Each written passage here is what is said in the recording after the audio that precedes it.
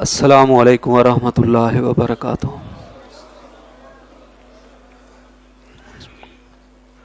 نحمدہ ونصلی علی رسولہ الکریم، اما بعد فاعوذ باللہ من الشیطان الرجیم، بسم اللہ الرحمن الرحیم۔ الحمد للہ رب العالمین، الرحمن الرحیم، مالک یوم الدین، ایاک نعبد و ایاک نستعین، اہدنا الصراط المستقیم، صراط الذین انعمت علیہم غیر المغضوب علیہم ولا الضالین، آمین۔ صدق اللہ العظیم۔ رب اشرح لی صدری ویسر لی امری واحلل عقدۃ من لسانی یفقہوا قولی۔ اللہم ارنا الحق حقا وارزقنا اتباعہ وارنا الباطل باطلا وارزقنا اجتنابہ۔ سب بھائی درود شریف پڑھ لیں۔ اللہم صلی علی محمد وعلی آل محمد کما صلیت علی ابراہیم وعلی آل ابراہیم انک حمید مجید۔ اللہم بارک علی محمد وعلی آل محمد کما بارکت علی ابراہیم وعلی آل ابراہیم انک حمید مجید، آمین یا رب العالمین۔ اللہ سبحانہ و تعالیٰ کے بابرکت نام سے اللہ رب العزت کا پاک کلام ہم شروع کر رہے ہیں۔ اللہ سبحانہ و تعالیٰ قرآن حکیم میں ارشاد فرماتا ہے، وَإِن تَعُدُّوا نِعْمَتَ اللَّهِ لَا تُحْصُوهَا، اگر تم اللہ کی نعمتوں کا شمار کرنا چاہو، گننا چاہو کہ اللہ نے تم پر کتنی نعمتیں، کتنے احسانات کیے ہیں، تو تم نہیں گن سکتے۔ اللہ سبحانہ و تعالیٰ کا بہت بڑا کرم ہے، بہت بڑا فضل ہے، بہت بڑا احسان ہے، جس نے ہمیں الحمدللہ مسلمان بنایا، کلمے جیسی نعمت سے ہمیں نواز دیا، کلمے جیسی دولت سے نواز دیا۔ پھر اللہ رب العزت کا احسان ہے جس نے ہمیں بابرکت مہینہ عطا فرمایا، رمضان المبارک کا مہینہ عطا فرمایا۔ حدیث مبارکہ میں آتا ہے کہ جس شخص کو اللہ سبحانہ و تعالی رمضان المبارک جیسا مہینہ عطا فرما دے، پھر بھی وہ اپنے رب کو راضی نہ کر سکے، اپنے رب کو اس کی عبادت کر کے، اس کی تعریف کر کے، اس کا شکر ادا کر کے اپنے رب کو جو راضی نہ کر سکے، وہ شخص ہلاک ہو جائے، وہ شخص برباد ہو جائے۔ حضرت جبرائیل علیہ السلام، آپ کے علم ہے، مشہور حدیث ہے، اللہ کے نبی صلی اللہ علیہ وسلم ممبر پر تشریف فرمانے لگے، پہلی سیڑھی پر قدم رکھا تو فرمایا آمین، دوسری سیڑھی پر قدم رکھا تو فرمایا آمین، پھر جب تیسری سیڑھی پر قدم رکھا تو بھی فرمایا آمین، کہ اللہ کرے، آمین کا مطلب اللہ کرے ایسا ہی ہو۔ صحابہ کرام نے عرض کیا، یا رسول اللہ صلی اللہ علیہ وآلہ وسلم، آج ہم نے یہ معاملہ دیکھا ہے کہ آپ ممبر پر تشریف لے جا رہے تھے تو آپ نے 3 مرتبہ آمین فرمایا، آمین کہا۔ تو اللہ کے نبی صلی اللہ علیہ وسلم نے ارشاد فرمایا کہ جب میں ممبر پر چڑھنے لگا تو حضرت جبرائیل علیہ السلام تشریف لائے۔ آپ کے علم میں حضرت جبرائیل علیہ السلام تمام فرشتوں کے سردار ہیں، تمام فرشتوں کے سردار ہیں۔ وہ کہتے ہیں، اے اللہ کے نبی صلی اللہ علیہ وآلہ وسلم، وہ شخص ہلاک ہو جائے، برباد ہو جائے، تباہ ہو جائے جو رمضان المبارک کا مہینہ پائے، جسے اللہ اس کی زندگی میں رمضان جیسا بابرکت مہینہ عطا فرمائے، اور وہ اپنے رب کو راضی کر کے اپنے لیے بخشش کا سامان ہی نہ کر سکے، وہ ہلاک ہو جائے۔ سوچئے، فرشتوں کے سردار اللہ سے دعا کر رہے ہیں کہ وہ شخص ہلاک ہو جائے، برباد ہو جائے، جو رمضان المبارک کے مہینے میں اللہ کو راضی نہ کر سکے، اپنی بخشش نہ کروا سکے۔ اور تمام انبیاء کرام کے سردار سید الانبیاء، خاتم النبیین، رحمت للعالمین، محمد مصطفیٰ صلی اللہ علیہ وآلہ وسلم فرماتے ہیں آمین، اللہ کرے ایسا ہی ہو، اللہ کرے ایسا ہی ہو، جو رمضان المبارک کا مہینہ جس کی زندگی میں آئے اور وہ اپنے رب سے اپنی بخشش نہ کروا سکے۔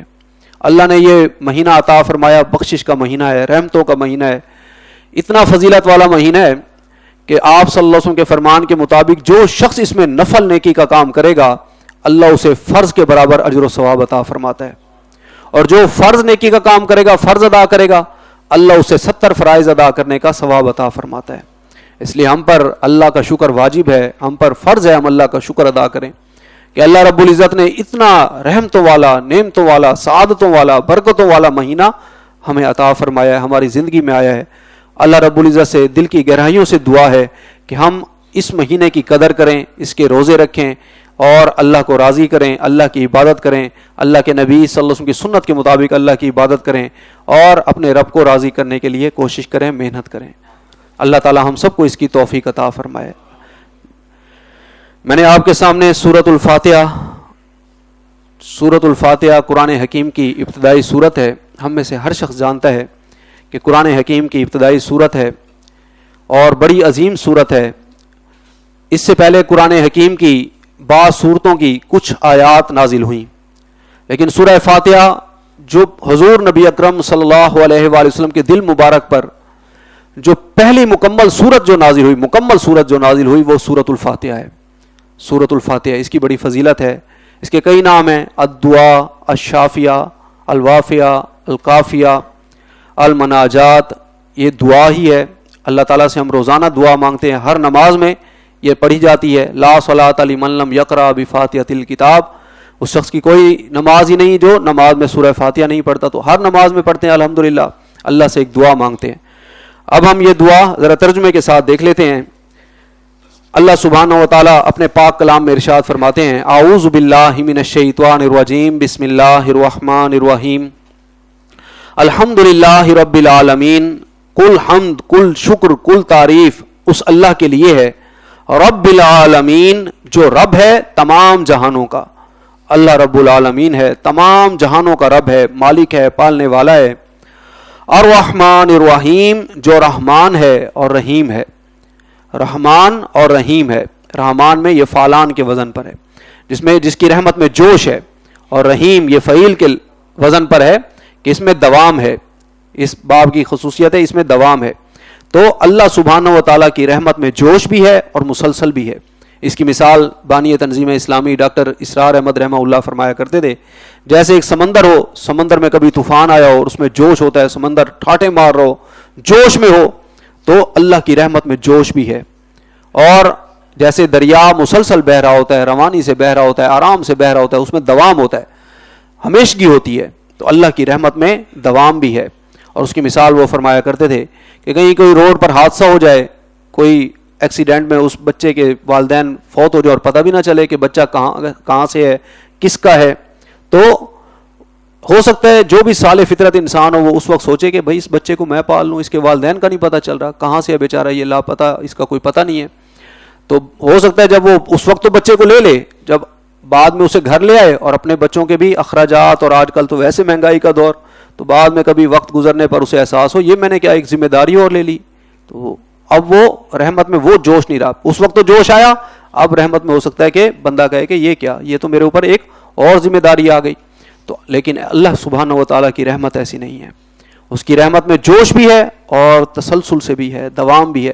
ایک حدیث ہے، اللہ کے نبی صلی اللہ علیہ وسلم نے ارشاد فرمایا کہ اللہ سبحانہ و تعالیٰ نے اپنی رحمت کے 100 حصے کیے، 100 حصے، اور اللہ سبحانہ و تعالیٰ نے 100 حصوں میں سے صرف ایک حصہ اپنی تمام مخلوقات میں اللہ نے تقسیم کر دیا۔ اس ایک حصے کی وجہ ہے کہ انسان، کوئی صالح فطرت نرم دل انسان کسی کو دکھ میں نہیں دیکھ سکتا۔ 100 حصوں میں سے ایک حصہ اللہ تعالیٰ نے اپنی رحمت کا تمام انسانوں میں تقسیم کر دیا، 99 حصے اپنی رحمت کے اللہ سبحانہ و تعالیٰ نے اپنے پاس رکھے۔ وہ ایک حصہ جو تمام مخلوقات میں ہے، جنگلی جانوروں میں بھی، انسانوں میں بھی، تو انسان کو دکھ میں نہیں دیکھ سکتا۔ جنگلی جانور ہوں تو حدیث میں آتا ہے کہ اونٹنی بھی جو ہوتی ہے نا، حاملہ اونٹنی، وہ بھی اپنا قدم آرام سے رکھتی ہے کہ اس کے بچے کو تکلیف نہ ہو، یہ اس ایک رحمت کی وجہ ہے۔ جنگلی جانور اور چرند پرند کو، انسانوں کو چیر پھاڑ ڈالتے ہیں، اپنے بچوں کو نہیں کھاتے، ایک رحمت کا حصہ ہے۔ تمام مخلوقات میں اللہ نے تقسیم کیا ہے۔ انسانوں پر رحم کرتے ہیں، لوگوں پر لوگ رحم کرتے ہیں، کرم کرتے ہیں، لیکن 99 حصے جو اللہ کی رحمت کے ہیں وہ اللہ کے پاس ہیں۔ اللہ سبحانہ و تعالیٰ اپنی 99 حصے کی رحمت کے حصوں میں سے قیامت کے دن اپنے کبیرہ گناہ گاروں کو بخش دیں گے۔ بڑے بڑے گناہ کرنے والے لوگوں کو اللہ تعالیٰ اپنی رحمت سے بخش دے گا۔ وہ 99 حصے رحمت کے ہیں اللہ کے، جو ابھی اللہ سبحانہ و تعالیٰ نے اپنے بندوں پر کرم فرمانے کے لیے رکھے ہوئے ہیں۔ اللہ سبحانہ و تعالیٰ ہم سب کے گناہوں کو بھی معاف فرمائے۔ تو اللہ سبحانہ و تعالیٰ کی رحمت میں جوش بھی ہے، دوام بھی ہے، اس میں تسلسل بھی ہے، ہر وقت اپنے بندوں کو بخش رہا ہے۔ اور حدیث میں آتا ہے جب رمضان المبارک کا مہینہ شروع ہوتا ہے، جب رمضان کی پہلی رات آتی ہے تو شیاطین کو اللہ تعالیٰ جکڑ دیتے ہیں، زنجیروں سے باندھ دیا جاتا ہے، سرکش شیاطین کو، جنوں کو باندھ دیا جاتا ہے، اور اللہ سبحانہ و تعالیٰ جہنم کے سارے دروازے بند فرما دیتا ہے۔ کئی گناہ گاروں کو ہر رات، ہر رمضان کی رات اللہ بے شمار گناہ گاروں کو جہنم سے نکال دیتا ہے، ان پر رحم فرماتا ہے، ان کی بخشش فرما دیتا ہے، اور جنت کے سارے دروازے کھول دیے جاتے ہیں جب رمضان کا مہینہ آتا ہے۔ تو اللہ کی رحمت ہے، یہ رحمتوں والا مہینہ ہے، برکتوں والا مہینہ ہے، سعادتوں والا مہینہ ہے۔ جیسے میں نے آپ کو حدیث سنائی، حضرت جبرائیل علیہ السلام اللہ سے دعا کرتے ہیں، اللہ کرے یا اللہ وہ شخص ہلاک ہو جائے جو رمضان کا مہینہ پائے پھر بھی اے اللہ تجھے راضی نہ کر سکے، اپنی بخشش نہ کروا سکے۔ سید الانبیاء کہتے ہیں آمین، اللہ کرے ایسا ہی ہو۔ پھر آپ صلی اللہ علیہ وسلم فرماتے ہیں کہ جبرائیل علیہ السلام نے اللہ سے دعا کی کہ اللہ وہ شخص بھی ہلاک و برباد ہو جائے جو بڑھاپے کی حالت میں اپنے والدین کو پائے، دونوں کو یا دونوں میں سے ایک کو پائے، اور اپنے والدین کی خدمت کر کے اپنے لیے جنت نہ حاصل کر سکے۔ سید الانبیاء صلی اللہ علیہ وسلم فرماتے ہیں آمین، اللہ کرے ایسا ہی ہو، اللہ کرے ایسا ہی ہو جو بڑھاپے میں اپنے والدین کی خدمت نہ کرے۔ آپ کے علم ہے حضرت اویس کرنی، بعض لوگوں میں اختلاف ہے، وہ کہتے ہیں صحابی ہیں، اکثر کہتے ہیں صحابی نہیں ہے، تابعی ہیں۔ تو اللہ کے نبی صلی اللہ علیہ وسلم پر ایمان تو لے آئے تھے، لیکن والدہ تھی ان کی، اپنی والدہ کی خدمت کی وجہ سے رسول اللہ صلی اللہ علیہ وسلم کی زیارت نہیں کر سکے اپنی زندگی میں۔ محبت بہت تھی، عشق بہت تھا، لیکن حضور صلی اللہ علیہ وسلم کی زیارت نہیں کر سکے۔ حضور صلی اللہ علیہ وسلم کے بھی علم میں تھا کہ ایک شخص ہے، کرن کے رہنے والا ہے، اویس اس کا نام ہے۔ حضرت عمر فاروق رضی اللہ عنہ سے فرمایا، اے عمر، ایک اویس کرنی ہے ایک شخص، کبھی زندگی میں تمہاری اس سے ملاقات ہو نا تو اس سے کہنا میری امت کی بخشش کے لیے دعا کرے۔ اس نے اپنے والدہ کی ایسی خدمت کی ہے، ایسی خدمت کی ہے، جب بھی ہاتھ اٹھاتا ہے نا اللہ اس کے ہاتھ خالی نہیں لوٹاتا، اللہ اس کی دعاؤں کو قبول فرماتا ہے۔ ایک حدیث میں آتا ہے، آپ صلی اللہ علیہ وسلم سے صحابی نے پوچھا، غالباً عبداللہ ابن مسعود رضی اللہ تعالیٰ نے پوچھا، اے اللہ کے رسول صلی اللہ علیہ وسلم مجھے سب سے اعلیٰ عمل بتائیے، سب سے اعلیٰ عمل، نیکی کا اعلیٰ ترین عمل۔ آپ صلی اللہ علیہ وسلم نے فرمایا نماز کو وقت پر ادا کرنا، یہ سب سے اعلیٰ عمل ہے۔ انہوں نے عرض کی یا رسول اللہ صلی اللہ علیہ وسلم اس کے بعد کون سا عمل اعلیٰ ہے؟ تو آپ صلی اللہ علیہ وسلم نے فرمایا اپنے والدین کی خدمت کرنا، اپنے والدین کی خدمت کرنا۔ پھر انہوں نے عرض کی اس کے بعد کون سا اچھا عمل ہے، افضل عمل ہے؟ آپ صلی اللہ علیہ وسلم نے فرمایا اس کے بعد ہے اللہ کی راہ میں جہاد کرنا، اللہ کے دین کے لیے جد و جہد کرنا، جہاد کرنا، اسٹرگل کرنا، یہ اس کے بعد ہے۔ اور ایک اور حدیث میں آتا ہے ایک مجاہد جو اللہ کے دین کے لیے جد و جہد کرتا ہے، جہاد کرتا ہے، اس کا صرف ایک لمحہ ایک مجاہد کا اللہ کے راستے میں گزرا ہوا ایک لمحہ اور ایک عابد کی عبادت گزار کی 60 سال کی نفلی عبادت، اس سے مجاہد کا ایک لمحہ زیادہ افضل ہے۔ 60 سال کی نفلی عبادت ایک انسان کرتا رہے، لیکن جو شخص اللہ کے دین کے لیے جہاد کرتا ہے اس کا ایک لمحہ اور ادھر 60 سال کے نوافل ہیں، کتنا مشکل کام ہے۔ 60 سال وضو کرے، نوافل پڑھتا رہے، اسے جو اجر و ثواب ملے گا اللہ مجاہد کو اس کے ایک لمحے پر وہ اجر و ثواب عطا فرماتا ہے۔ اور اس سے بھی افضل عمل کون سا ہے؟ ماں باپ کی خدمت کرنا، ماں باپ کی خدمت کرنا۔ وَقَضَىٰ رَبُّكَ أَلَّا تَعْبُدُوا إِلَّا إِيَّاهُ وَبِالْوَالِدَيْنِ إِحْسَانًا۔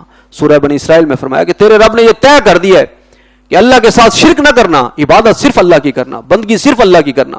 وَبِالْوَالِدَيْنِ إِحْسَانًا، اور اپنے والدین کے ساتھ اچھا سلوک کرنا، ماں باپ کی خدمت کرنا۔ روایت میں آتا ہے 2 کام انسان کرے، صرف 2 کام، عمل نہ کرے، محبت کے جذبے سے دیکھے 2 چیزوں کو، اللہ اس پر بھی اسے عبادت کا اجر و ثواب عطا فرماتا ہے۔ اللہ ہم سب کو بیت اللہ کی زیارت نصیب فرمائے۔ فرمایا جو شخص اللہ کے گھر کے سامنے بیٹھا ہو، بیت اللہ کی زیارت کرتا رہے، صرف دیکھتا رہے، اللہ اس پر اسے اجر و ثواب عطا فرماتا ہے، عبادت کا ثواب عطا فرماتا ہے۔ اور فرمایا جو شخص اپنے والدین کی زیارت کر لے، صرف دیکھے ماں باپ کو، کسی ایک کو دیکھ لے، کوئی خدمت نہ کرے، کوئی ان کا حال بھی نہ پوچھے، صرف دیکھے کہ یہ وہ ہستیاں ہیں جنہوں نے مجھے پالا ہے، میری پرورش کی ہے، اللہ اسے بھی اجر و ثواب عطا فرماتا ہے، عبادت کرنے کا اجر و ثواب عطا فرماتا ہے۔ اللہ تعالی ہم سب کو رمضان المبارک کا ادب احترام کے ساتھ روزے رکھنے کی اور والدین کی خدمت کرنے کی اور لوگوں کے حقوق ادا کرنے کی توفیق عطا فرمائے۔